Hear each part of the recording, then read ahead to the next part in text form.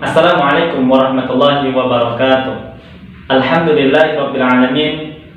Wassalatu wassalamu ala rasulillahi ajma'in. Allahumma shalli ala sayyidina Muhammad wa ala ali sayyidina Muhammad. Shadaqallahul azim. Sahabat mahasiswa dimanapun Anda berada, yang insyaallah senantiasa di dalam perlindungan Allah Subhanahu wa taala. Pada kesempatan ini perkenankan saya Muhammad Agus Saputra mewakili dari rekan saya Despita Nur Hidayati dan juga Fajar Medika. Pada kesempatan ini saya akan membedah, saya akan memaparkan makalah pendalaman akidah akhlak, yang mana ini merupakan mata kuliah yang diampu dengan dosen Ibu Nova Arilawati Ritonga MPD. Pada kesempatan ini saya akan memaparkan sedikit terkait dengan rukun iman, akhlak kepada Allah, dan hikmah ketika kita beriman kepada Allah, hikmah ketika kita beriman kepada hari akhir, dan hikmah ketika kita beriman kepada qada dan qadar. Namun sebelum itu, sebagaimana harus kita pahami terlebih dahulu, sudah seyogyanya, sudah selayaknya seorang muslim itu, keimanan dan keyakinan haruslah tertancap rapi pada hati seorang muslim, atau menghujam keras pada diri sanubari seorang muslim. Artinya kita berbicara tentang rukun iman.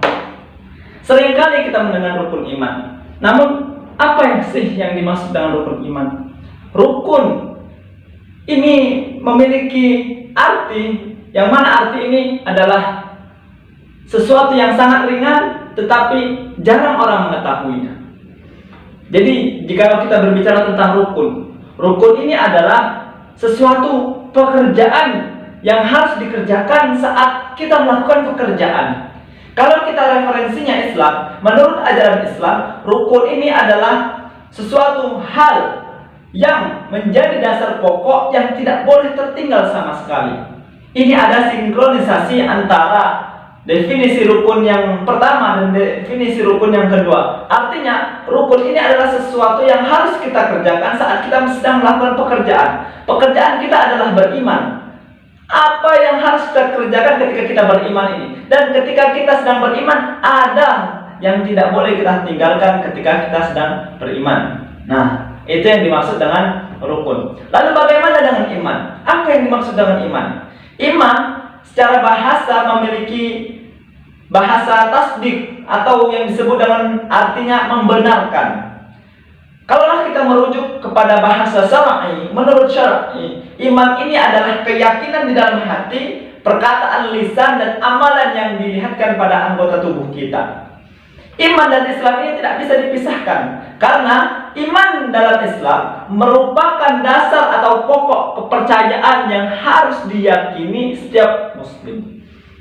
Jadi maksudnya adalah, jika seorang muslim tidak memiliki iman, maka seorang ini tidak sah atau tidak bisa dianggap seorang yang menganut agama Islam. Inilah pengertian daripada rukun iman. Rukun iman adalah sesuatu yang harus dikerjakan saat kita mengerjakan sesuatu. Pekerjaan kita adalah iman. Pekerjaan kita sedang beriman. Yang harus kita kerjakan ketika kita beriman ini paling tidak ada 6. Yang pertama, ketika kita beriman, yang pertama sekali kita harus membenarkan, kita harus mengerjakan, meyakini bahwasanya Allah Subhanahu wa taala itu satu. Lalu yang kedua, iman itu adalah mengimani malaikat. Kemudian yang ketiga, iman kepada kitab-kitab Allah, kemudian Rasul, kemudian hari kiamat, dan qada dan qadar.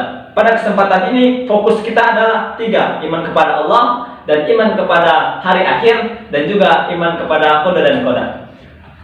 Iman kepada Allah yang pertama. Apa yang dimaksud dengan iman kepada Allah? Iman kepada Allah ini adalah membenarkan adanya Allah Subhanahu wa taala. Cukupkah hanya membenarkan? Tidak. Tetapi ketika kita membenarkan, kita juga harus meyakini dengan hati, mengikuti, mengucapkan dengan lisan kita, dan membuktikan dengan amal perbuatan kita. Inilah yang dimaksud dengan iman kepada Allah Subhanahu wa taala. Ketika kita beriman, apakah cukup beriman kepada Allah? Tidak. Iman ini harus dibarengi dengan akhlak. Jadi akhlak kepada Allah. Akhlak yang bagaimana? Tentu dalam hal ini yang dimaksud adalah akhlak yang baik. Lalu pertanyaannya, bagaimanakah akhlak yang baik kepada Allah Subhanahu wa taala? Akhlak yang baik kepada Allah Subhanahu wa taala adalah ketika kita ridho terhadap hukum Allah, ketika kita ridho terhadap ketetapan-ketetapan Allah, baik secara syar'i maupun secara takdir yang sudah menjadi keputusan dan ketetapan Allah Subhanahu wa taala. Dan di antara banyak yang akhlak kepada Allah Subhanahu wa taala, akhlak baik, yang salah satunya adalah kita senantiasa mentaati perintah Allah Subhanahu wa taala.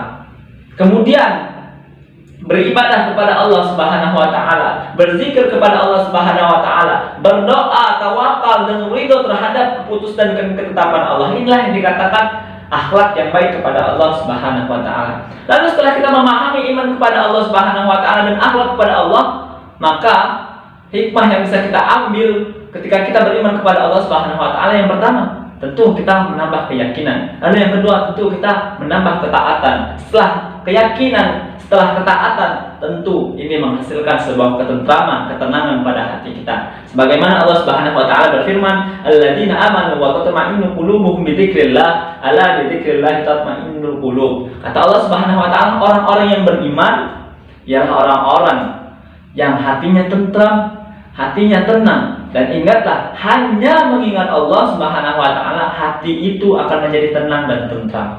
Inilah yang dikatakan hikmah ketika kita beriman kepada Allah Subhanahu wa taala. Dan ada satu lagi hikmah ketika kita beriman kepada Allah. Kita beriman kepada Allah tentu akan mendatangkan keuntungan dan kebahagiaan baik di dunia maupun di akhirat. Sebagaimana sabda Rasulullah SAW, "Man qala la ilaha illallah," barang siapa yang menyebutkan tiada Tuhan selain Allah, tiada sesembahan yang berhak disembah kecuali Allah, dakhalal jannah, maka di akhirat nanti akan dimasukkan ke dalam surganya Allah Subhanahu wa taala. Lalu yang kedua, yang menjadi fokus kita adalah iman kepada hari akhir. Sobat mahasiswa, dimanapun Anda berada, kita sering kali mendengarkan iman kepada hari akhir. Namun apa sih yang dimaksud dengan iman kepada hari akhir? Yang dimaksud dengan iman pada hari akhir adalah ketika kita mempercayai, meyakini bahwasanya seluruh alam termasuk dunia dan seisinya akan mengalami kehancuran. Ini yang dimaksud dengan iman kepada hari akhir. Jadi ketika kita beriman kepada hari akhir, kita harus meyakini bahwa seluruh alam ini termasuk dunia dan seisinya akan hancur. Dan tidak sebatas itu saja. Ketika kita beriman kepada hari akhir, kita harus meyakini bahwasanya kehidupan di dunia ini adalah kehidupan yang fana, kehidupan yang sementara, kehidupan yang sebentar. Dan kita juga harus meyakini setelah kehidupan di dunia ini berakhir, kita akan memulai, kita akan memasuki awal kehidupan baru, yang mana kehidupan ini panjang, yang mana kehidupan ini abadi, yang mana kehidupan ini akan menjadi kehidupan yang kekal. Itulah yang disebut dengan kehidupan akhirat. Beriman kepada hari akhir juga harus mengikuti beriman kepada hari akhirat atau kehidupan akhirat. Dan juga ketika kita beriman kepada hari akhir, kita juga harus beriman kepada peristiwa yang akan terjadi, yang akan kita alami ketika di kehidupan akhirat. Dan di antara peristiwa yang akan terjadi pada kehidupan akhirat di hari kiamat nanti, yang pertama, kita akan merasakan, kita akan melalui bahwasanya Allah akan membangkitkan kita dari alam kubur. Setelah Allah matikan kita, Allah akan bangkitkan kita. Setelah dibangkitkan, kita akan dikumpulkan di padang mahsyar. Setelah kita akan dikumpulkan di padang mahsyar, disitulah kita ditimbang, disitulah kita dihisab. Dan setelah kita ditimbang, dihisab seluruh amal kita yang pernah kita kerjakan di dunia, disitu juga Allah memberikan pembalasan tentang amal-amal yang telah kita perbuat.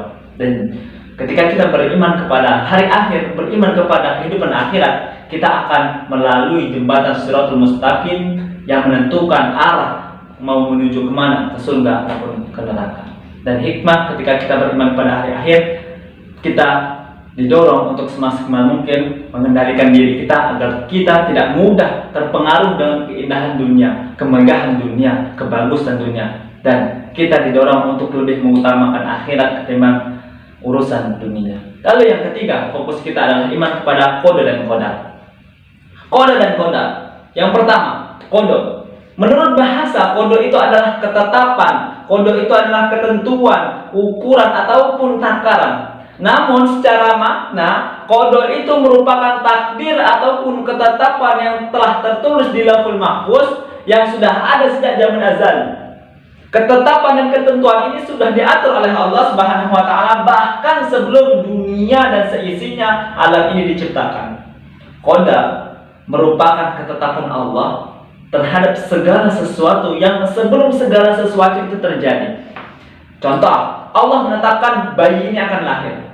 Tetapi belum lahir Allah sudah tetapkan rezekinya, kapan matinya, mau jadi apa anak ini sudah ditetapkan. Lalu bagaimana jika sudah terjadi? Apabila sudah terjadi, inilah yang disebut dengan qadar.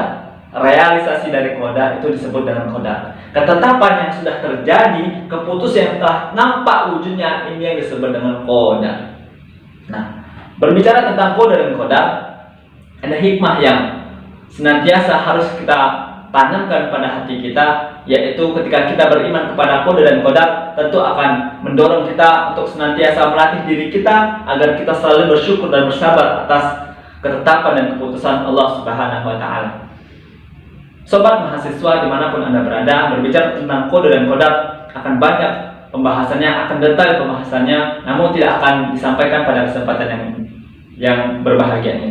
Namun pada kesempatan ini hanya ini saja yang dapat saya sampaikan. Mudah-mudahan melalui video ini sekali lagi ada kebermanfaatan yang bisa diambil, ada pesan yang bisa menjadi nasihat ataupun pengingat bagi diri kita, dan mudah-mudahan melalui video ini ada ilmu yang bisa kita terapkan dan kita amalkan pada kehidupan kita sehari-hari. Demikian yang dapat saya sampaikan. Kebenaran datang pada diri Allah Subhanahu wa taala dan khilaf salah terdapat pada diri saya pribadi, dan saya akhiri. Wabillahi taufiq wal hidayah. Wassalamualaikum warahmatullahi wabarakatuh.